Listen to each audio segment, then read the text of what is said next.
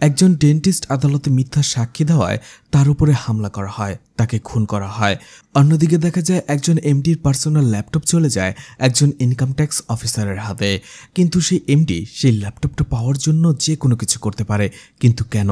এদিকে একজন film star তার স্ত্রীর পরকীয়া হাতে নাতে ধরতে গেলে সেখানে সে খুনের কেসে ফেসে যায়। এই সবগুলো ঘটনার মধ্যে সম্পর্ক কি, সেটাই দেখানো হবে আজকের গল্পে। আজ এক্সপ্লেন করতে যাচ্ছি মালায়ালাম ভাষায় 2024 সালে মুক্তি পাওয়া মুভি নুনাখুজি। আজকের মুভিটি অনেকটা কমেডি থ্রিলারের মতো, তো আশা করি সবার ভালো লাগবে। তো hi guys, welcome to my channel ফিল্মের গল্প। এমন নতুন আর অসাধারণ সব মুভি আর ওয়েব সিরিজের এক্সপ্লেনেশন বাংলায় দেখতে চাইলে চ্যানেলটিকে সাবস্ক্রাইব করে রাখতে পারেন। মুভির শুরুতেই খাবারের দোকানে একটি লোককে ঝগড়া করতে দেখা যায়, কারণ সে প্রথমে গ্রেভি চেয়েছিল কিন্তু ওয়েটার বলেছিল নেই। একটু পরে সে অন্য একজন কাস্টমারকে গ্রেভি দিচ্ছিল, আর এটা নিয়ে সেখানে একটা ঝগড়া শুরু হয়ে যায়। এরপরে মারামারি। এরপরেই পুজিকুনাল গ্রুপ অফ কোম্পানিকে দেখানো হয়, যার এমডি ছিল ইবি। ইবির বাবাই ছিল এই কোম্পানির মালিক, কিন্তু তার বাবা মারা যাওয়াতে এখন ইবি এই কোম্পানির এমডি হিসেবে দায়িত্ব পালন করছে। যদিও তার এইসবে তেমন কোনো মনোযোগ নেই, সে এখানে আসতেও চায় না, কিন্তু তার মা জোর করেই তাকে অফিসে পাঠিয়ে দেয়। আর ইবি সবসময় চায় যেন সবাই তাকে সম্মান করুক, আর যদি কেউ তাকে সম্মান না করে সেটা সে জোর করেই আদায় করে। ইবির যেহেতু অফিসের কাজে একদমই মন ছিল না, তাই অফিসে বসেই সে তার পার্সোনাল ল্যাপটপ নিয়ে তাদের গতকাল রাতের কিছু ভিডিও দেখতে থাকে, যেখানে সে এবং তার স্ত্রী অন্তরঙ্গ হয়েছিল। ইবির আসলে এইসব ভিডিও দেখতে ভালো লাগে। অন্যদিকে ভিডিও করার সময় দেখা যাচ্ছিল তার স্ত্রী বারবার নিষেধ করছিল ভিডিও করতে না, অর্থাৎ ইবির স্ত্রীর এইসব একদমই পছন্দ নয়। ইভি যখন মনের আনন্দে নিজেই নিজের ভিডিও দেখছিল, ঠিক তখনই সিনিয়র অ্যাকাউন্টেন্ট কৃষ্ণমূর্তি সেখানে চলে আসে আর ইভিকে ডাকে। ইভি মন দিয়ে যেহেতু ভিডিও দেখছিল, তাই হঠাৎ করে ডাকাতে সে ভয় পেয়ে ওঠে। এরপরে বলে, আপনার যা ইচ্ছা করুন, আমাকে ডাকবেন না, শুধু আমার রুমে আসার আগে পারমিশন নিয়ে ঢুকবেন। কৃষ্ণমূর্তি সেখান থেকে চলে যায়। ইভি আবারও তার ভিডিও দেখতে থাকে। তখনই অফিসে ইনকাম ট্যাক্স অফিসাররা রেড করে। কৃষ্ণমূর্তি তাদের আটকাতে থাকে আর বলে, গ্রুপের মেইন অ্যাকাউন্টেন্ট আমি, আমাকেই বলুন। কিন্তু ইনকাম ট্যাক্স অফিসারের হেড বালাকৃষ্ণ বলে, আমরা অফিস সার্চ করব, আমাদের কাছে সার্চ ওয়ারেন্ট আছে, আর আমরা কোম্পানির এমডির সাথে কথা বলবো। এই জন্য তার হুট করেই ইভির রুমে ঢুকে যায়। ইভি প্রথমে তাদের সেলসম্যান ভাবে অপমান করে, কিন্তু বালাকৃষ্ণ বলে, আমরা ইনকাম ট্যাক্স অফিসার আর অফিসটা আমরা রেড করব। এটা শুনে ইবি একটু ভয় পেয়ে যায়। সে একটু পাশে দাঁড়ায়। ঠিক তখনই তার স্ত্রী কল করে। সে লাফ দিয়ে মোবাইলটা ধরার চেষ্টা করে, কিন্তু অন্য অফিসার তার আগেই মোবাইলটা সরিয়ে ফেলে। ইবে ভয়ে বলতে থাকে, আমার স্ত্রী কল করেছে, আমাকে বাড়ি যেতে হবে, আমাকে বাড়ি যেতে দিন। বালাকৃষ্ণ বলে, রেড শেষ না হওয়া পর্যন্ত আপনি কোথাও যেতে পারবেন না। তখনই সে তার ল্যাপটপ আর ফোন নিতে চায়, কিন্তু বালাকৃষ্ণ বলে, কোনোটাই নিতে পারবেন না, সব কিছুই রেডের আন্ডারে পড়ে। কিন্তু ইবে বলে, এগুলো আমাদের পার্সোনাল জিনিস। কিন্তু তারপরেও বালাকৃষ্ণ কোনো কথা শোনে না। এরপরেই দেখা যায় পুরো অফিস সার্চ করেও তেমন কিছু না পেলেও কিছু ডকুমেন্টে তাদের সন্দেহ হয়, সেসব ডকুমেন্ট তারা নিয়ে যাবে। তখনই দেখা যায় সেই ল্যাপটপের কথা বলে বালাকৃষ্ণ, কিন্তু সেই অফিসার বলে ইবে কোনোভাবেই সেই ল্যাপটপটা ধরতে দিচ্ছে না, বলছে ল্যাপটপে তাদের পার্সোনাল ভিডিও রয়েছে। বালাকৃষ্ণ বলে, কোনো পার্সোনাল জিনিস নেই, ল্যাপটপটা সিজ করুন। কথাটা শুনে ইবে ব্যাঙের মতো লাফ দিয়ে যে ল্যাপটপটা ধরে ফেলে আর বলে, কোনোভাবেই আমি ল্যাপটপটা দিতে পারবো না। ইবে বলে, ল্যাপটপে অফিসের কিছুই নেই, সবকিছুই আমার পার্সোনাল। বালাকৃষ্ণ বলে, কিসের পার্সোনাল? কোনো কিছুই পার্সোনাল হবে না, ল্যাপটপটা দিয়ে দিন। তখন ইবে বাধ্য হয়ে বলে, ল্যাপটপের ভেতরে আমাদের বিয়ের ছবির আর ভিডিও রয়েছে। বালাকৃষ্ণ বলে, বিয়ের ভিডিওই তো, বাসরাতের ভিডিও তো আর নয়, তাহলে দিতে সমস্যা কি? দিন, না হলে আপনি ঝামেলায় পড়বেন। বাধ্য হয়ে ইবে ল্যাপটপটা দিতে বলে। তখনই ইবের কাছে জিজ্ঞেস করা হয় যে ল্যাপটপে পাসওয়ার্ড দেওয়া আছে কিনা, যদি থাকে তাহলে পাসওয়ার্ডটা কি? তখন ইবে লজ্জায় পড়ে বলতে থাকে, বেবি 1234, এটা তার ল্যাপটপের পাসওয়ার্ড। এটা শুনে বালাকৃষ্ণ অবাক হয়ে যায়। অফিসাররা সেখান থেকে চলে যাওয়ার পরে ইবে প্রচণ্ড রাগ দেখায়। কৃষ্ণমূর্তি বলে, স্যার আপনি টেনশন করবেন না, ল্যাপটপটা তারা স্পর্শ করবে না, আমি কথা দিচ্ছি। এদিকে সে অফিসার বালাকৃষ্ণ বাড়িতে যাওয়ার সময় তার ভাগ্নে নবীন কল করে আর বলে, মামা তোমার একটা হেল্প লাগবে। আমি আমার একটা স্ক্রিপ্ট মুভি ডিরেক্টর আর হিরো সুন্দরনাথের কাছে নিয়ে যাব। তাদের যদি আমার মুভির স্ক্রিপ্টটা পছন্দ হয়ে যায় তাহলে মুভিটা তৈরি হবে। তুমি যদি আমাকে একটু সাহায্য করতে তাহলে হয়তো আমার মুভির স্ক্রিপ্টটা পছন্দ হয়ে যেত তাদের। বালাকৃষ্ণ বলে, এতে আমি কি করব? নবীন বলে, সুন্দরনাথের একটু ইনকাম ট্যাক্সের নিয়ে প্রবলেম আছে। তুমি যদি সেখানে যাও, তার সাথে একটু কথা বলো, তাহলে সে হয়তো কোনো কিছু বলা ছাড়াই আমার স্ক্রিপ্টটা পছন্দ করে ফেলতে পারে।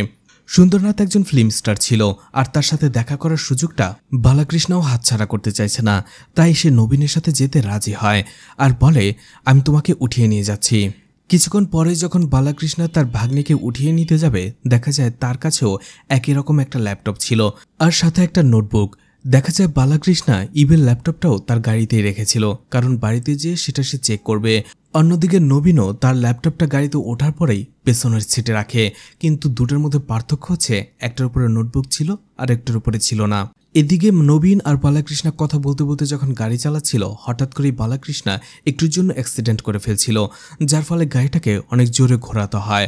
আর এই ঝাঁকিতেই নোটবুক একটা ল্যাপটপের ওপর থেকে অন্য একটা ল্যাপটপের ওপরে চলে আসে, আর এতে দুটো ল্যাপটপের চেহারা বদলে যায়। এদিকে ইভে ভয়ে ভয়ে বাড়িতে আসে, কারণ তার ওয়াইফ তাকে হাজারবার বলেছিল ভিডিওটা ডিলিট করে দেওয়ার জন্য। তারপরেও অফিসে যে ইনকাম ট্যাক্স অফিসাররা এসেছিল আর তার ল্যাপটপটা সিজ করেছে, এই ব্যাপারে কোনো কথাই বলে না ইভে। কিন্তু তার মা আগে এটা জানতে পেরেছিল কৃষ্ণমূর্তির কাছ থেকে, তাই ইভে বাসায় আসার সাথে সাথে সেই সব কথা বলতে শুরু করে। আর কথায় কথায় ইভের স্ত্রী জানতে পেরে যায় যে ল্যাপটপটা নিয়ে গেছে। এটা শুনে সে প্রচণ্ড রেগে যায়। ইবে দৌড়ে তার বেডরুমে আসে এবং তার স্ত্রীকে বোঝানোর চেষ্টা করে, কিন্তু কোনোভাবেই তার স্ত্রী বোঝার চেষ্টা করে না। বলে, এখন কি হবে? আমাদের ভিডিওটা সারা দেশের মানুষ দেখবে, সেই লোকগুলো দেখবে, ওরা কি ভাববে? এখন আমি কি করব? তোমাকে হাজারবার বলেছিলাম ভিডিওগুলো ডিলিট করার জন্য। এদিকে ইভে এবং তার স্ত্রীর চিৎকার চেঁচামেচি শুনে তার মাও সেখানে চলে আসে এবং জিজ্ঞেস করে কি হয়েছে। এদিকে ইভের স্ত্রীর মেজাজ একদমই খারাপ ছিল, তাই নিতা তার স্ত্রীর সাথেও খারাপ ব্যবহার করে। নিতা ইভেকে ওয়ার্নিং দিয়ে দেয়, সে যদি ল্যাপটপ ফেরাতে না পারে তাহলে সে যেন ঘরে না ফেরে। ইভেও সেই ল্যাপটপ নিয়ে আসার জন্য চলে যায়। এরপরেই আদালতের ঘটনা দেখানো হয়। ডক্টর জয়দেবন সেখানে সে সাক্ষী দিচ্ছিল। তাকে উকিল বলছিল, আপনি রঞ্জিত এবং রাশ্মিকার ঘনিষ্ঠ বন্ধু। রঞ্জিত অভিযোগ করেছে রাশ্মিকা নাকি প্রচণ্ড মদ খায়। ডক্টর জয়দেবন হেসে বলে, রাশ্মিকা কখনো গ্লাসে ঢেলে মদ খায় না, ও সবসময় বোতলে মদ খায়, অর্থাৎ এক বোতল তার একাই লাগে। শুধু এক বোতল নয়, সামনে যে কয়টা পায় সে কটাই শেষ করে দেয়। এরপরে ও নিজে যা করে ও সেটা নিজেও ভুলে যায়।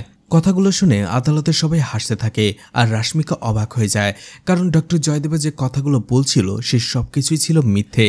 আসলে রঞ্জিত এবং রাশ্মিকার ডিভোর্স হওয়ার কথা ছিল, কিন্তু রাশ্মিকা এতে রাজি ছিল না।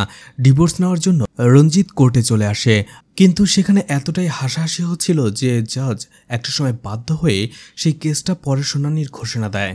এদিকে বালাকৃষ্ণাকে দেখা যায় গাড়ি থেকে নেমে সে নবীনের ল্যাপটপটা নিয়ে তার বাসায় রেখে দিয়ে আসে, ভাবে পরে বাসায় এসে দেখবে। অন্যদিকে ইভে সেই ইনকাম ট্যাক্স অফিসের সামনেই বসেছিল। যখনই সেখান থেকে জুনিয়র একজন অফিসার বের হয়, ইভে দৌড়ে তার কাছে যায় আর বলে, স্যার আমার ল্যাপটপটা লাগবে, সেখানে আমার পার্সোনাল জিনিস আছে, আর সেটা না পেলে আমার স্ত্রী মারা যাবে। তখন সেই অফিসার বলে, এতে আমার কিছু করার নাই, ল্যাপটপটা বালাকৃষ্ণ স্যারের কাছে, আর সে এখন বাড়িতে, আপনি তার বাড়িতে যান। এদিকে নবীন আর বালাকৃষ্ণ সেখানে মুভি ডিরেক্টর সাগরান এবং সুন্দরনাথের কাছে চলে যায় তাদের স্ক্রিপ্টটা নিয়ে। সেখানে তারা কথা বলতে থাকে আর বালাকৃষ্ণ সুন্দরনাথকে বলে যে ইনকাম ট্যাক্সের যেসব ঝামেলা রয়েছে সেসব বিষয়ে সে তাকে সাহায্য করবে। এতে সুন্দরনাথ খুশি হয়ে যায় এবং তাকে ড্রিঙ্কসের অফার দেয়, কিন্তু এটা শুনে নবীন ভয় পেয়ে যায়। সে সাগরানকে বলে, স্যার আমার মামাকে কখনোই মদ খেতে দিয়েন না, একবার মদ খাওয়ার পরে সে আমার বাবাকেই পিটিয়েছিল, মদ খাওয়ার পরে সে নিজেকে কন্ট্রোল করতে পারে না। সাগরান একটু ভয় পেয়ে যায় আর বলে, তুমি টেনশন করো না, আমি সামলে নেব। এদিকে জয়দেবন একজন ডেন্টাল ডক্টর ছিল। দেখা যায় তার ডেন্টাল ক্লিনিকের ভেতরে একটি মহিলার সাথে সে প্রেম করছে। আসলে তারা দুইজন পরকীয়া করে। জয়দেবন নিখিলাকে বলতে থাকে, তুমি ওকে ডিভোর্স কেন দিয়ে দিচ্ছ না? নিখিলা বলে, ডিভোর্স দেওয়া যদি এতই সহজ হতো তাহলে তুমি দিয়েই দিতাম, আর ডিভোর্স দেওয়ার পরে কি তুমি আমাকে বিয়ে করবে? তুমি তোমার স্ত্রীকে ডিভোর্স দেবে? জয়দেবন বলে, হ্যাঁ দরকার পড়লে দেব, আজকেই তোমার বন্ধুর ডিভোর্স করিয়ে দিলাম আমি। রঞ্জিত এবং রাশ্মিকার ডিভোর্স করানোর জন্য আমি মিথ্যে সাক্ষীও দিয়েছি। তখনই তারা সেখানে একটু ঘনিষ্ঠ হতে যায়। ঠিক তখনই একটা গাড়ির শব্দ আসে। জয়দেবন বলে, আমি তো কারো অ্যাপয়েন্টমেন্ট রাখিনি, তাহলে কে আসলো? তখনই সে জানলার ফাঁক দিয়ে দেখতে পায় সেখানে রাশমিকা আসছে, আর সে খুব রেগেছিল। এটা দেখে জয়দেবান ভয় পেয়ে যায়। তাড়াতাড়ি সে নিখিলাকে অন্য একটি রুমে আটকে রাখে এবং সেখানে সবকিছু পরিষ্কার করে চুপচাপ বসে থাকে, যেন মনে হয় সে পেশেন্টের জন্য অপেক্ষা করছে। রাশমিকা সেখানে এসে সরাসরি এক লাথি মেরে জয়দেবানকে ফেলে দেয় এবং তার মুখের ভেতর মদের বোতল দিয়ে মদ ঢালতে থাকে আর বলে, আদালতে কি বলেছিলে? আমি মদ খাই? আমি মদ বোতল ছাড়া খাই না, আমি এভাবে মদ খাই। এখন তুমি মদ খাও, আমি তোমার বন্ধু, এত বড় মিথ্যেটা তুমি কিভাবে বলতে পারলে? এদিকে জয়দেবানকে দেখা যায় এত মদ খেয়ে একেবারেই বেহুশ হয়ে যায় সে, প্রায় পুরোপুরি অজ্ঞান। কিন্তু যখনই রাশমিকা তাকে ছেড়ে দেয় সে আবারও নিচে ঠাস করে পড়ে যায়। আর রাশমিকা তখন দেখতে পায় তার মাথা ফেটে রক্ত বের হচ্ছে আর তার ভেতর থেকে কোনো সাড়া শব্দ পাওয়া যাচ্ছে না। রাশমিকা ভয় পেয়ে যায় আর সেখান থেকে চলে আসে। অন্যদিকে জয়দেবান যেহেতু নিখিলাকে অন্য একটি ঘরে আটকে রেখেছিল, তাই নিখিলাও সেখান থেকে বের হতে পারে না। সে জানলা খুলে জয়দেবানকে ডাকতে শুরু করে, কিন্তু জয়দেবানের কোনো সাড়া পাওয়া যায় না। এদিকে ইভে বালাকৃষ্ণা যে অ্যাপার্টমেন্টে থাকতো সেখানে চলে আসে এবং সেখানকার সিকিউরিটি গার্ডদের সাথে কথা বলে জানতে পেরে যায় যে বালাকৃষ্ণা কোন ফ্ল্যাটে রয়েছে। এছাড়া সে এটাও জানতে পেরে যায় যে বালাকৃষ্ণা যখন আজকে আসছিল তখন তার হাতে একটা ল্যাপটপও ছিল। আর দেখা যায় সেই একই অ্যাপার্টমেন্টে রাশমিকাও থাকতো। রাশমিকা সেই ডেন্টাল হসপিটাল থেকে তার ফ্ল্যাটে চলে আসে আর আসার পরেই সে বারবার তার হাজবেন্ড রঞ্জিতকে কল করার ট্রাই করে, কিন্তু সে তার ফোনটা ধরছিল না। এই জন্য রাশমিকা একটা সময় তাকে একটা ভয়েস মেসেজ পাঠায় আর বলে, তোমার জন্য আমি একেবারেই শেষ হয়ে গেছি, তুমি আমার জীবনটাকে শেষ করে ফেলেছ, আর এই জন্যই আমি সুইসাইড করব, আর সুইসাইডের সময় আমি তোমার নামে লিখে যাব, সবাই জানতে পারবে আমার জীবনটা তোমার জন্যই শেষ হয়েছে। এদিকে ইভেকে সেই বালাকৃষ্ণের ফ্ল্যাটে যেতে দেওয়া হয়নি, কারণ সিকিউরিটি গার্ডরা বলেছে তার অনুমতি ছাড়া কাউকে তার ফ্ল্যাটে যেতে দিতে হবে না। এই জন্য ইভে সেখানে রাত পর্যন্ত অপেক্ষা করে এবং অনেকটা রাত হয়ে যাওয়ার পরে সে লুকিয়ে সেই অ্যাপার্টমেন্টে ঢুকে পড়ে। এদিকে নবীন দেখা যায় এখনও তাদের মুভির স্ক্রিপ্ট পড়িয়ে শোনাচ্ছিল আর তারা তিনজন মদ খেয়ে একেবারে মাতাল হয়ে গেছে আর সেই অবস্থাতেই তার মুভির স্ক্রিপ্টটা শুনছিল। এদিকে রাশমিকা তার বারান্দার ভেতরে একটি পেস্টিসাইডের বোতল দেখতে পায়।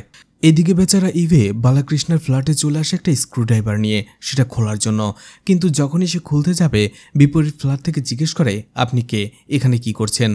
তখনই সে বলে যে আমি বালাকৃষ্ণের ফ্ল্যাটে এসেছি তার সাথে দেখা করতে, কিন্তু সেই ভদ্র মহিলা বলে যে বালাকৃষ্ণ উনি বাড়িতে নেই, আপনি পরে আসুন। কিন্তু যেহেতু ইভে জানতে পেরেছিল যে বালাকৃষ্ণ আসার আগে এখানেই ল্যাপটপটা রেখে গেছে, তাই সে চাইছিল যে করেই হোক ফ্ল্যাটে ঢুকে ল্যাপটপটা চুরি করবে, কিন্তু মহিলা সেখানে আসাতে বালাকৃষ্ণ চলে যায়। এদিকে রাশমিকা মদের গ্লাসের ভেতরে সেই পেস্টিসাইড ঢেলে পুরো ফুল করে রাখে মদ দিয়ে, কারণ এটা খেয়ে সে সুইসাইড করার সিদ্ধান্ত নিয়েছে। আর তার সুইসাইডের জন্য কারা কারা দায়ী সেটার জন্য একটা চিঠি লিখতে যাবে, ঠিক তখনই বাইরে একটা গোলমাল শুনতে পায়। আসলে ইভে আবারও বালাকৃষ্ণের ফ্ল্যাটে গিয়েছিল ঢোকার জন্য, তখনই সেই মহিলা ডেকেছে এবং চোর চোর বলে তাকে ধাওয়া করছে। অ্যাপার্টমেন্টের অনেক লোকেরাই সেখানে চলে আসে। এই চিৎকার চেঁচামেচি শুনে রাশমিকাও চিঠি লেখা বাদ দিয়ে বাইরে বের হয়ে আসে এবং জিজ্ঞেস করে কি হয়েছে। বাকি মহিলারা বলে চোর ঢুকেছে, চলো আমাদের সাথে। রাশমিকা যেতে না চাইলেও তাকে জোর করে নিয়ে যায়। এদিকে রাশমিকার ফ্ল্যাটের দরজাটা খোলাই ছিল, অন্যদিকে ইবে এখনো ধরা পড়েনি, সে লুকিয়েই পালাচ্ছিল। যখনই সে উপরের ফ্লোরে চলে আসে সে দেখতে পায় যে একটি ফ্ল্যাটের দরজা খোলা। সে না ভেবেই সেখানে ঢুকে পড়ে আর সেই ফ্ল্যাটটাই ছিল রাশমিকার। সেখানে ঢোকার পরে সে দেখতে পায় ফ্ল্যাটের ভেতরে কেউ ছিল না, কয়েকবার ডাকাডাকি করেও কাউকে পায় না। আর সামনেই দেখতে পায় মদের গ্লাস মদ ভর্তি। লোভ সামলাতে না পেরে পুরো মদের গ্লাসটাই সে খালি করে ফেলে। এরপরেই তার বুকে একটু জ্বালাপোড়া করে। সে ভাবে মদটা হয়তো কম দামে বা নকল, তাই এমনটা হচ্ছে। আর সেখানে মদের বোতল দেখে আবারও মদ দিয়ে গ্লাসটা ভরে খাওয়ার জন্য যাবে, ঠিক তখনই সে শুনতে পায় ফ্ল্যাটে কেউ আসছে। গ্লাসটা সেখানেই রেখে সে রাশমিকার বেডরুমের খাটের নিচে লুকিয়ে পড়ে। এদিকে রাশমিকা আবারও তার ফ্ল্যাটে এসে সেই চিঠিটা লিখতেই যাবে, ঠিক তখনই রঞ্জিত তাকে কল করে আর বলে, তুমি এগুলো কি মেসেজ পাঠিয়েছো? এখন কি তুমি আমাকে ব্ল্যাকমেল করতে চাইছো? তখন রাশমিকা বিভিন্ন কথা বলে যে তোমাকে আমি ভালোবেসে বিয়ে করে আমার পরিবারকে ছেড়েছি, আমার ক্যারিয়ার নষ্ট করেছি, আমার 1 লাখ টাকা স্যালারির চাকরি ছিল, তোমার কথা মতো সেই স্যালারির চাকরিটা আমি ছেড়ে দিয়েছি। এখন আমি যে জবটা করি সেটাতে মাত্র 30,000 টাকা বেতন। আমি সব কিছু স্যাক্রিফাইস করেছি তোমার জন্য, আর এখন তুমি আমাকে ডিভোর্স দিয়ে চলে যেতে চাইছো? আমি এটা হতে দেব না, আমি তোমাকে শেষ করে দিয়ে যাব। আমি যদি মারা যাই সেই দায়ভার তোমার থাকবে। এইদিকে এই সব কথাগুলো শুনতে পাচ্ছিল খাটের নিচ থেকে ইভে। তখনই ইভে শুনতে পায় রাশমিকা বলছিল, আদালতে আজকে তুমি আমার নামে একটা মিথ্যে বললে, এত অপমান আমি সহ্য করতে পারবো না। তখন রঞ্জিত বলে, কথাটা আমি বলিনি, উকিলের প্ল্যান ছিল। অন্যদিকে রাশ্মিকা বলে, আমি তো রেগে গিয়েছিলাম জয়দেবনের ক্লিনিকে, আর এরপরে যা হয়েছে সবকিছু খুলে বলে। কথাটা শুনে রঞ্জিত অবাক হয়ে যায়। রাশ্মিকা বলে, আমি এসব কিছু আর সহ্য করতে পারছি না, তাই আমি ভাবলাম যে আমি সুইসাইড করব। রঞ্জিত বলে, সুইসাইডের কথা বাদ দাও, আগে আমাদের ক্লিনিকে যেতে হবে, সেখানকার যে সিসিটিভি ফুটেজ আছে সেটা ডিলিট করতে হবে। রাশ্মিকা বলে, আমি মারা যাবার জন্য আমার ড্রিঙ্কসে বিষ মিশিয়ে রেখেছিলাম। কথাটা শুনে ইবে অবাক হয়ে যায় এবং সাথে সাথে খাটের নিচ থেকে বের হয়ে আসে আর দৌড়ে এসে রাশ্মিকার মুখ চেপে ধরে, বলে, আমি চোর না, আমি একজন এমডি, আমাকে বিশ্বাস করো, আমি একজন রিচম্যান। রাশ্মিকার মুখ ছাড়ার পরে বলে, তাহলে তোমাকে সবাই চোর কেন বলছে? ইভে বলে, আমি চোর না, আমি এখানে একজনের ফ্ল্যাটে এসেছিলাম, কিন্তু সেই ঘটনা তোমাকে পরে খুলে বলবো। ইভে বলে, আগে আমার কথা শোনো, তোমার বিষ মেশানো মদটা আমি খেয়ে ফেলেছি, আর সেখানে অন্য মদ ঢালা ছিল। এটা শুনে রাশ্মিকা অবাক হয়ে যায়। ইভে তারপরেও সবকিছু বলার পরে সেখান থেকে বের হতেই যাবে, ঠিক তখনই সে শুনতে পায় ফ্ল্যাটের বাইরে আরও মানুষরা কথা বলা বলি করছে, সেই চোরকে পেলে তারা মেরে ফেলবে। তখনই সে আবারও রাশ্মিকার কাছে চলে আসে আর বলে, আমাকে প্লিজ হসপিটালে নিয়ে যান, না হলে আমি মারা যাব। রাশ্মিকা প্রথমে রাজি না হলেও সে বুঝতে পারে যদি ইবে এখানেই মারা যায় তাহলে সেই ফেসে যাবে, কারণ ইভে তাকে বলেছিল তার ওয়াইফ 3 মাসে প্রেগনেন্ট। এই জন্যই রাশ্মিকা তাকে সাহায্য করতে রাজি হয়েছিল। তাকে কিছুটা হলুদের গুঁড়া এবং লবণ মিশিয়ে খাইয়ে তাকে নিয়ে যেতে থাকে হসপিটালে। ইভেকে যাতে কেউ চিনতে না পারে তাই রঞ্জিতের একটা টি শার্ট ইভেকে দেয় এবং তাকে লুকিয়ে সেই ফ্ল্যাটের বাইরে নিয়ে যেতে থাকে, কারণ সবাই বলছিল সেখানে চোর ঢুকেছে। পার্কিং লটে আসার পরে ইভেকে তার গাড়ির ডিকিতে ভরে দেয় এবং সে গাড়ি নিয়ে বের হয়ে যায়। সিকিউরিটি গার্ডরা চেক করেও কাউকে পায় না, কিন্তু রাস্তায় আসার পরে আবারও ইভেকে ডিকি থেকে বের করে গাড়িতে ভরে নেয়। কিন্তু কিছুদিন আসার পরেই পুলিশ চেকিং দেখতে পায়, যেখানে পুলিশকে সে বলে ইভে তার স্বামী তার একটা পার্টিতে গিয়েছিল, সে একটু বেশি ড্রিঙ্কস করে ফেলেছিল, কিন্তু সে করেনি। পুলিশ তাকে ছেড়ে দেয়। এরপরেই দেখা যায় হসপিটালে নিয়ে আসার পরে রাশ্মিকা তাকে হসপিটালে দেওয়ার পরেই সেখান থেকে চলে আসতে চাইছিল, কিন্তু নার্স এবং ডক্টর বলে তাকে যেতে দেওয়া যাবে না, কারণ সে একজন বিষ খাওয়ার রোগীকে হসপিটালে নিয়ে এসেছে, এখানে একটা পুলিশ কেস হবে। এদিকে সুন্দরনাথের কাছে একটা কল আসে, আর কলটা পেয়ে সে একেবারে মন খারাপ করে বসে। সবাই জিজ্ঞেস করে কি হয়েছে। অবশেষে সুন্দরনাথ বলতে শুরু করে সে তার স্ত্রীকে সন্দেহ করত, আর সেই সন্দেহের বশে সে একজন ডিটেকটিভ হায়ার করেছিল তার স্ত্রীটাকে ঠকাচ্ছে কিনা সেটা জানার জন্য। কিন্তু সেই ডিটেকটিভ আজকে কল করে বলল তার স্ত্রী একটা অ্যাফেয়ারে জড়িত রয়েছে। এটা শোনার পরে সে একেবারেই ভেঙে পড়েছে। তখনই বালাকৃষ্ণ বলে, আপনি কেমন হিরো, আপনি এখানে বসে কাঁদছেন কেন? আমার স্ত্রী যদি এমনটা করতো তাহলে আমি সেই প্রেমিককে নিজ হাতে খুন করে আমার স্ত্রীকে সেখান থেকে নিয়ে আসতাম। সুন্দরনাথ এটা শোনার পরে বলে, ঠিক আছে চলো, আমি আমার স্ত্রীর কাছে যাব এবং তার প্রেমিককে খুন করে তাকে নিয়ে আসব। সেখানে তারা নবীনকে নেয় না, তারা 3 জনই চলে যায়। এদিকে দেখা যায় যখন ইভেকে আইসিইউতে নেওয়া হয়েছে তখন রাশ্মিকা বাইরে বসেছিল। সে আসলে সুযোগ খুঁজছিল সেখান থেকে পালিয়ে যাবে কি করে, কিন্তু তখনই নার্স চলে আসে, ডক্টর চলে আসে, কোনোভাবেই রাশ্মিকা আর সেখান থেকে পালাতে পারে না। ডক্টরকে বলে রাশ্মিকা সেখান থেকে চলে যেতে চাইলেও ডক্টর বলে, না, এটা পুলিশ কেস হবে, আমরা পুলিশকে খবর দিয়েছি, তারা আসছে, ইনকোয়ারি হবে, তারপরে যাবেন। রাশ্মিকা পুরোপুরিভাবে ফেঁসে যায়। এদিকে রাশ্মিকা তাড়াহুড়োয় তার মোবাইলটা বাসায় রেখে এসেছিল। সেখান থেকে একজনের ফোন নিয়ে সে রঞ্জিতকে কল করে আর হসপিটাল আসতে বলে। এদিকে হসপিটালে দেখা যায় সেই পুলিশ অফিসারই আসে যে রাস্তায় টহল দিচ্ছিল। জোসেফ রাশ্মিকাকে বলে, আপনি তো তখন বললেন আপনার হাজবেন্ড মদ খেয়ে এরকম হয়েছে, এখন আবার বলছেন বিষ খেয়ে। তখন রাশ্মিকা বলে, স্যার আসলে উনি আমার হাজবেন্ড নয়, আমার হাজবেন্ডের বন্ধু। এটা শুনে জোসেফ অবাক হয়ে যায়, বললে, আপনিই তো বললেন সে আপনার হাজবেন্ড। রাশ্মিকা বলে, তখন তাড়াহুড়োয় ভুল করে বলে ফেলেছি। জোসেফ বলতে থাকে, ঠিক আছে বুঝলাম, কিন্তু সে যেহেতু বিষ খেয়েছে, এখন যদি ওর কিছু হয়ে যায় বা ও মারা যায় তাহলে মার্ডার কেসটা তোমার নামেই হবে। রাশ্মিকা আরও ভয় পেয়ে যায় আর বলতে থাকে, স্যার ও আমার ফ্রেন্ডও না, রাস্তায় পড়েছিল, দেখা হয়েছে আমার সাথে, বলে আমি বিষ খেয়েছি, আমাকে একটু সাহায্য করো, আমি শুধু সাহায্য করেছি। জোসেফ বুঝতে পারে রাশ্মিকা একের পর এক মিথ্যে বলে যাচ্ছে, তাই বলে, ও এখন তোমার ফ্রেন্ডও না, প্রথমে হাজবেন্ড, তারপর হাজবেন্ডের ফ্রেন্ড, এখন ফ্রেন্ডও না, তাহলে ও কি? এরপরে রাশ্মিকা আবারও তার কথা ঘোরায়, বলে, আসলে ও স্যার আমাদের অ্যাপার্টমেন্টে চোর, চুরি করতে এসেছিল, কিন্তু হঠাৎ করে আমার ফ্ল্যাট খোলা পেয়ে আমার ফ্ল্যাটের ভেতরে ঢুকে গেছে আর বলে আমি বিষ খেয়েছি, তোমার সামনেই মারা যাব, আমাকে সাহায্য করো। আমি শুধু আমার সামনে মারা যাবে দেখেই আমি হসপিটালে নিয়ে এসেছি। এদিকে দেখা যায় আইসিইউ থেকে বের করা হয় ইভেকে। ইভে এখন অনেকটাই সুস্থ। পুলিশ যখন বলে তুমি অ্যাপার্টমেন্টে চুরি করতে কেন ঢুকেছিলে, ইভে রেগে যায় আর বলে আমি চোর নই, আমি একজন কোম্পানির এমডি। কথাটা শুনে জোসেফ হাসে। এদিকে ইভে যখন বুঝতে পারে যে সে চুরির কাছে ফেসে যাচ্ছে, আর চুরির কাছে ফেসে গেলে তাকে তো সেই ঘটনা বলতে হবে, অর্থাৎ তার সেই ল্যাপটপের ঘটনা। এই জন্য ইভে নতুন একটা ঘটনা বানায়। ইভে বলে আমি রাশমিকার কাছে এসেছিলাম রাশমিকার সাথে দেখা করতে, ও আমার বন্ধু হয়। আসলে রাশমিকা তার হাজব্যান্ডের টর্চার সহ্য করতে না পেরেই সুইসাইড করতে যাচ্ছিল। আমি তাকে বুঝিয়েছি এবং ভুল করে সেখানে বিষটা আমিই খেয়ে ফেলেছি। কথা শুনে অবাক হয়ে যায় রাশমিকা। এরপরে রাশমিকা বারবার মানাতে চাইলেও ইভে বলে না, সে সত্যি বলছে। রাশমিকাও একটা সময় কথা ঘুরিয়ে ফেলে আর বলে আসলে ইভে যেটা বলছে সত্যি, ও আমার বন্ধু। আর আসলে একটা সময় আমিও ইভেকে ভালোবেসে ফেলেছি। আমরা চাইছিলাম রঞ্জিতকে ডিভোর্স দিয়ে আমি ইভেকেই বিয়ে করব। এটা শুনে ইভে একেবারেই ফেসে যায়। এরপরে সে জোসেফকে বলে স্যার, আমি সত্যি বলছি, এই মেয়েকে আমি চিনি না, ভুল করে আমি ওর ফ্ল্যাটে ঢুকে গিয়েছিলাম। আর আমি সেখানে কেন গেছি আমি আপনাকে বলবো, কিন্তু সেটা আপনাকে শুধুমাত্র একা পার্সোনালি। সবকিছু শোনার পরে জোসেফ বলে এরকম কি কেউ হয় যে নিজের ভিডিও নিজেই দেখে? তুমি তো দেখা যাচ্ছে একটা লাফাঙ্গার। জোসেফ বলে যাই হোক স্যার, এখন আপনি আমাকে এই সিচুয়েশন থেকে বাঁচান আর আমাকে সেই ল্যাপটপটা আমার কাছে এনে দিন, তাহলে এর বিনিময়ে আমি আপনাকে 10 লাখ টাকা দেব। 10 লাখ টাকার কথা শুনে জোসেফ এক পায়ে রাজি হয়ে যায়। জোসেফ খুশি হয়ে সাথে সাথে তার স্ত্রীকে কল করে আর বলে গুগলে একটু চেক করে দেখো তো 10 থেকে 15 লাখের মধ্যে কোন গাড়িটা পাওয়া যায়। তার স্ত্রী শুনে অবাক হয়ে যায়, সত্যি আমরা গাড়ি কিনবো? জোসেফ বলে হ্যাঁ, কালকে সকালেই।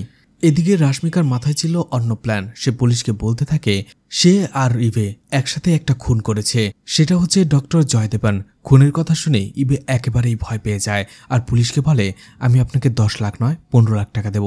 এই মেয়েটা মিথ্যে বলছে, আমাকে এর হাত থেকে বাঁচান। এদিকে রঞ্জিত বুঝতে পারছিল না রাশমিকা এমনটা কেন বলছে। আসলে রাশমিকা ভেবেছিল জয়দেবানের খুনের কেসটাতে সে একা না ফেসে বরঞ্চ ইভেকে ফাঁসিয়ে দেবে। জোসেফ টাকার জন্য সেই কেসটা সেখানে ধামাচাপা দিতে চাইলেও রাশমিকা বলে না, সে যদি তার কথা না শোনে বা না বিশ্বাস করে তাহলে সে থানায় যাবে, মিডিয়ার কাছে যাবে। এদিকে নিখিলাকে দেখা যায় এখনও সে জয়দেবনকে ডেকেই চলছিল, কারণ সেই রুমে সে আটকা পড়ে গেছে, এখনো বের হতে পারেনি। অন্যদিকে গাড়ি নিয়ে সুন্দরনাথ, বালাকৃষ্ণ এবং সাগরান সেই একই ক্লিনিকে চলে আসে। অর্থাৎ নিখিলাই হচ্ছে সুন্দরনাথের ওয়াইফ আর সে পরকীয়া করছিল জয়দেবানের সাথে। এদিকে গাড়ি আসার শব্দ শুনতে পেয়ে আবারও নিখিলা জানলা লাগিয়ে দেয়। অন্যদিকে দেখা যায় তারা তিনজনই ভেতর ঢোকে। তিনজনই যেহেতু মাতাল ছিল তারা ওইভাবেই পড়ে থাকতে দেখে জয়দেবানকে। বালাকৃষ্ণ চেক করে দেখে যে জয়দেবান এখনো মারা যায়নি, তার শ্বাস চলছে। এই জন্য তারা বলতে থাকে এই হচ্ছে আমার বউয়ের প্রেমিক, ওকে নিয়ে যেয়ে এখন আমি নদীতে ফেলে দেব। এটা বলে তারা তিনজনই জয়দেবানের লাশটা সেখান থেকে নিয়ে যায়। এদিকে জোসেফ রাশমিকার কথা মতো সবাইকে নিয়ে সেই ক্লিনিকে আসছিল, কিন্তু রঞ্জিত তাদের পিছনে অন্য গাড়িতে আসছিল। সে একটা সময় শর্টকাট নিয়ে সবার আগে সেই ক্লিনিকে পৌঁছে যায়। সে ক্লিনিকে ঢোকার পরেই দেখে সেখানে জয়দেবানের লাশ না থাকলেও সেখানে অনেকটা রক্ত পড়েছিল। সে রক্ত পরিষ্কার করে সব ঠিকঠাক করে যখনই চলে যাবে নিখিলা তাকে ডাকে। নিখিলা তাকে বলে তার দরজাটা খুলে দেবার জন্য, চাবিটা আলমারির উপরে রয়েছে। রঞ্জিত ভয় পেয়ে যায় আর বলে আপনি কে, আপনি এখানে কি করছেন? তখন নিখিলা সবকিছু খুলে বলে। রঞ্জিত বুঝতে পারে রাশমিকাকে নিখিলা দেখে ফেলেছে আর এই জন্য সে তাকে সাহায্য করতে রাজি হয়, কিন্তু তার আগেই সেখানে পুলিশের গাড়ি আসার শব্দ শুনতে পায় রঞ্জিত। রঞ্জিত নিখিলাকে বলে আপনি এখানেই লুকিয়ে থাকুন, পুলিশ যাওয়ার পরে আমি আপনার দরজা খুলে দেব। রঞ্জিত বাইরে এসে গাড়ি নিয়ে দাঁড়িয়ে থাকে। জোসেফ যখন সবাইকে নিয়ে সেখানে চলে আসে তখন তারা ভেতরে যায় আর দেখতে পায় জয়দেবানের লাশ সেখানে নেই। ইভে বলে স্যার আমি আপনাকে আগেই বলছিলাম এই মহিলা মিথ্যে বলছে। রঞ্জিত বলে স্যার আমি বলেছিলাম আমার স্ত্রী মাঝে মধ্যেই হ্যালুসিনেশন করে। এদিকে সেখানে থাকা একজন পুলিশ অফিসার সেই গোপন রুমের দরজাটা খুলতে গেলেও জোসেফ খুলতে বারণ করে আর বলে লাশ কি কেউ সেখানে রেখে যাবে তোমার জন্য? এদিকে সেই 3 মাতালকে দেখা যায় যারা একটি ব্রিজের কাছে আসে। তখনই তারা বলতে থাকে যদি এই খবরটা মিডিয়ার কাছে চলে যায় তাহলে সারা শহরে ছড়িয়ে পড়বে, আমার ক্যারিয়ারে কি হবে? বালাকৃষ্ণ বলে আমার চাকরিও চলে যাবে। তখনই একটা ফোন আসে। সুন্দরনাথ ফোনটা ধরেই অবাক হয়ে যায় আর বলে তুমি কি করে জানলে? এইদিকে বালাকৃষ্ণা এবং সাগরান তারাও ভয় পেয়ে যায়। তারা ভাবে হয়তোবা এই লাশের কথাটা সবাই জেনে গেছে। তখনই সুন্দরনাথ ফোনটা রেখে বলে সে বেস্ট অ্যাক্টরের অ্যাওয়ার্ড পেতে যাচ্ছে কালকে। এটা শুনে তারা খুশি হয়। সুন্দরনাথ বলে এই খুশির জন্য ওকে আমি আর মারবো না, ওকে জাগিয়ে তোলো, জিজ্ঞেস করব ও আমার স্ত্রীর সাথে কতদিন ধরে অ্যাফেয়ারে রয়েছে। সাগরান সেখানে জয়দেবানকে জাগিয়ে তোলার চেষ্টা করে, কিন্তু সেখান থেকে নিয়ে আসার সময় তারা তার মুখে তুলো গুজে দিয়েছিল। সাগরান দেখতে পায় জয়দেবান আর নিঃশ্বাস নিচ্ছে না, এতে তারা ভয় পেয়ে যায়। এটা যখন তারা তিনজনই জানতে পেরে যায়, তারা ভয় পেয়ে যায়। তারা এখন কি করবে বুঝতে পারছে না, তারা খুনের আসামি হয়ে যাচ্ছে। ঠিক তখনই দেখতে পায় সেদিক দিয়ে একটা গাড়ি আসছে, আর গাড়িটা দেখেই তার গাড়ির ডিকিটা বন্ধ করে সেখানে দাঁড়িয়ে থাকে। এরপরে সুন্দরনাথ বালাকৃষ্ণকে দোষ দিতে থাকে আর বলে, তোমার জন্য আমি মার্ডার কেসের আসামি হয়ে গেলাম। আমি খুবই সহজ সরল মানুষ ছিলাম, তুমি আমাকে রাগিয়ে দিলে, আর সেই জন্যই আমি এখানে আসলাম আর এখন একটা খুনের কেসের আসামি হয়ে গেলাম। বালাকৃষ্ণ বলে, তুমি যে এত ভীতু সেটা আমি জানতাম না। মুভিতে তুমি যেমন একজন হিরো, রিয়েল লাইফেও তুমি একজন হিরো, কিন্তু সেটা নয়। এটা বলে বালাকৃষ্ণ বলে, আমার এর সাথে কোনো লেনাদেনা নেই। সে সেখান থেকে চলে যেতে শুরু করে। এদিক দিয়ে ব্রিজে যে গাড়িটা আসছিল সেটা ছিল পুলিশের গাড়ি, আর ইবে বালাকৃষ্ণকে দেখে চিনে ফেলে। অন্যদিকে গাড়িটা পাস করে যাচ্ছিল, তখনই জোসেফ সুন্দরনাথকে দেখতে পায় আর ভাবে তার সাথে একটা সেলফি নিয়ে যাবে। জোসেফ এরপরে সুন্দরনাথ এবং সাগরানকে জিজ্ঞেস করে, আপনারা এত রাতে এখানে কি করছেন? তারা বলে, এমনি হাওয়া খেতে আসলাম, একটু ড্রিঙ্কস করেছি এই জন্যই। তখনই সেখানে দেখা যায় ইভে চলে আসে। ইভে বারবার জোসেফকে বলার চেষ্টা করছিল যে লোকটা ওই দিক দিয়ে গেল তার কাছে তার ল্যাপটপ, কিন্তু কোনোভাবেই জোসেফ তার কথা শুনছিল না। সে সুন্দরনাথের সাথে কথা বলছিল আর বলছিল যে আপনাকে আমি গাড়িতে করে পৌঁছে দেই, এত রাতে এভাবে ড্রিঙ্কস করে গাড়ি চালানো ঠিক নয়। কিন্তু সুন্দরনাথ আর সাগরান বারবার বলছিল যে আমরাই যেতে পারবো। আবারও জোসেফ জোর করে বলে, আপনি আমাদের সাথে চলুন, গাড়িটা আমার একজন কনস্টেবল নিয়ে যাবে। এতে সুন্দরনাথ আর সাগরান আরো ভয় পেয়ে যায়। তারা বলে, না না, আমিই নিয়ে যাব। ইভে একটা সময় জোসেফকে একটু দূরে নিয়ে এসে জোর করেই বলে, আমি আপনাকে টাকা বাড়িয়ে দেব, কিন্তু এখন আমাকে যেতে দিন, সেই লোকটার কাছেই আমার ল্যাপটপ রয়েছে। জোসেফ বলে, ঠিক আছে, তুমি এক কাজ করো, সুন্দরনাথের গাড়িটা নিয়ে যাও, কারণ সে মদ খেয়েছে, এখন সে গাড়িটা চালাতে পারবে না। এই কথাটা জোসেফ যখন সুন্দরনাথকে বলে, সুন্দরনাথ একেবারেই রাজি হয় না। অন্যদিকে সাগরান বিপদ বুঝতে পেরে একজন গুন্ডাকে কল করে আর বলে, রাস্তায় একটা ছেলে আমাদের গাড়ি নিয়ে যাচ্ছে, তুমি সেই গাড়িটা কিডন্যাপ করে সেটাকে পানিতে ফেলে দেবে। এদিকে তারা সেখানে দাঁড়িয়ে কথা বলছিল, কিন্তু তার আগে ইবে সুন্দরনাথের গাড়িটা নিয়ে চলে যায়, আর পুলিশ এটা দেখে একটু ঘাবড়ে যায়। তারাও সেই গাড়িটাকে পিছু করতে থাকে। ইবে গাড়িটাকে একটা পেট্রোল পাম্পের ভেতরে নিয়ে যায়, যার ফলে পুলিশরা সেই গাড়িটিকে আর খুঁজে পায় না, তারা অন্যদিকে চলে যায়। এদিকে সেখান থেকে একটু উকি দিয়েই ইভে দেখতে পায় বালাকৃষ্ণকে, দৌড়ে তার কাছে চলে যায় আর বলে, স্যার আমার ল্যাপটপটা আমাকে দিয়ে দিন, না হলে আমার ওয়াইফ সুইসাইড করবে। এরপরে সে পুরো বিষয়টা খুলেও বলে। বালাকৃষ্ণ মদ খেয়েছিল, তারপরেও সে কথাটা বুঝতে পারে, বলে, আমি জেন্টলম্যান, এখন আমি ল্যাপটপটা খুলেও দেখিনি। ঠিক আছে, তুমি আমার বাসায় চলো, আমি তোমাকে ল্যাপটপটা দিয়ে দিচ্ছি। এই বলে ইবে বলে যে আমার গাড়ি আছে, আপনি আমার সাথে চলুন। গাড়িটা নিয়ে আসে, কিন্তু সেখানে যেহেতু পেট্রোল ভরা হয়েছিল, ইবের কাছে কোনো টাকা পয়সা ছিল না। বাধ্য হয়ে বালাকৃষ্ণই সেই বিলটা পরিশোধ করে। কিন্তু গাড়িটা যখনই যেতে যাবে, বালাকৃষ্ণ বলে, গাড়িটা খুব পরিচিত ছিল। ইভে তখন বলে, আমি সুন্দরনাথের গাড়িটা নিয়ে এসেছি। কথাটা শুনে ভয় পেয়ে যায় বালাকৃষ্ণ, কারণ জানতো এটার ভিতরেই সে লাশটা রয়েছে। বালাকৃষ্ণ ভাবতে থাকে, একটু আগে পেট্রোল ভরার টাকাটা সেই পে করেছে, এখন যদি এই কেসটা নিয়ে ইনভেস্টিগেশন হয় সে নিজেও ফেসে যাবে। তাই সে বাধ্য হয়ে গাড়ির ভেতরে ঢোকে। ড্রাইভ করার সময় সে বলতে থাকে, অর্থাৎ ইবে বলতে থাকে যে এতক্ষণ তার সাথে কি কি হয়েছে, সে কিভাবে এই জায়গায় পৌঁছেছে। সব কথা শোনার পরে বালাকৃষ্ণ বলে, আমার একটা স্টোরি রয়েছে। সেও বলতে থাকে যে এখানে সে কি করে আসলো। পুরোটা শোনার পরে যখন ইবে বুঝতে পারে এই গাড়ির ডিকিতে একটা লাশ রয়েছে, সে প্রচন্ড ভয় পেয়ে যায়। গাড়িটা একটা নির্জন রাস্তায় দাঁড় করিয়ে তারা গাড়ির ডিকিটা খুলে লাশটা দেখতে থাকে। আর ইবে বলে, স্যার এটা কি করেছেন? বালাকৃষ্ণ বলে, আমরা ইচ্ছে করে এটা করিনি, ভুল করে আমাদের মাঝে এটা হয়ে গেছে। তখন ইবে বলতে থাকে, চলুন ওকে পুলিশের কাছে নিয়ে যাই। বালাকৃষ্ণ বলে, তোমার মাথা কি খারাপ হয়ে গেছে? ঠিক তখনই দেখা যায় জয়দেবান একটু নড়ে চড়ে বসে, বুঝতে পারে জয়দেবান মারা যায়নি। ইবে বলে, স্যার ওকে হসপিটালে নিয়ে যেতে হবে। বালাকৃষ্ণ বলে, আমি আর ঝামেলা জড়াতে চাই না, তুমি এক কাজ করো, লাশটাকে আমরা এখানে ফেলে দিয়ে যাই আর আমার অ্যাপার্টমেন্টে চলো, আমি তোমাকে ল্যাপটপটা দিয়ে যাই, তুমি বাসায় চলে যাও। ইভেও ওতে রাজি হয়ে যায়। তারা জয়দেবানকে সেখানেই রাস্তার পাশে ফেলে দিয়ে যায়। এদিকে রঞ্জিতকে দেখা যায় সে জয়দেবানের সেই ক্লিনিক থেকে নিখিলাকে বের করে নিয়ে এসেছে এবং তাকে একটা জায়গায় ড্রপ করে দেয়। এদিকে নবীন যখন বাড়ি ফিরছিল, কয়েকজন পাওনাদার তার কাছে চলে আসে আর বলে, আমাদের টাকা কবে দেবে? নবীনের সেই স্ক্রিপ্টটা পড়িয়ে আজকে টাকা পাওয়ার কথা ছিল, কিন্তু সেখান থেকে সে পায়নি। তাই সে তাদের রিকোয়েস্ট করে আর কয়েকটা দিন সময় দেওয়ার জন্য। তখনই দেখা যায় সেখানে তারা দুইজন লোক নবীনের ল্যাপটপটা নিয়ে চলে যায়, অর্থাৎ যেটা আসলে ছিল ইভের ল্যাপটপ। এদিকে তারা দুইজনেই বালাকৃষ্ণার অ্যাপার্টমেন্টে চলে আসে এবং বালাকৃষ্ণা তার ফ্ল্যাট থেকে ল্যাপটপটা নিয়ে এসে তাকে দিয়ে দেয় আর বলে, আমি তোমার ল্যাপটপটা এখন পর্যন্ত খুলেও দেখিনি। ঠিক আছে, এক কাজ করো, এই গাড়িটা নিয়ে তুমি তোমার বাড়িতে চলে যাও, আসার সময় আমি গাড়িটা নিয়ে চলে আসব। এদিকে দেখা যায় রাস্তায় কয়েকজন লোক একটা গাড়ি আটকে বসেছিল। দেখা যায় এরা ছিল সেই গুন্ডা যাকে সাগরান কল করেছিল এবং গাড়িটা পানিতে ফেলতে বলেছিল, কিন্তু সাগরান এটাও বলেছিল গাড়িটা পানিতে ফেলতে না পারলেও গাড়ির ভেতরে যা রয়েছে সেই সব কিছু পানিতে ফেলে দিতে। তাই তারা দুজনের গলায় চাকু ধরে পুরো গাড়িটা সার্চ করে।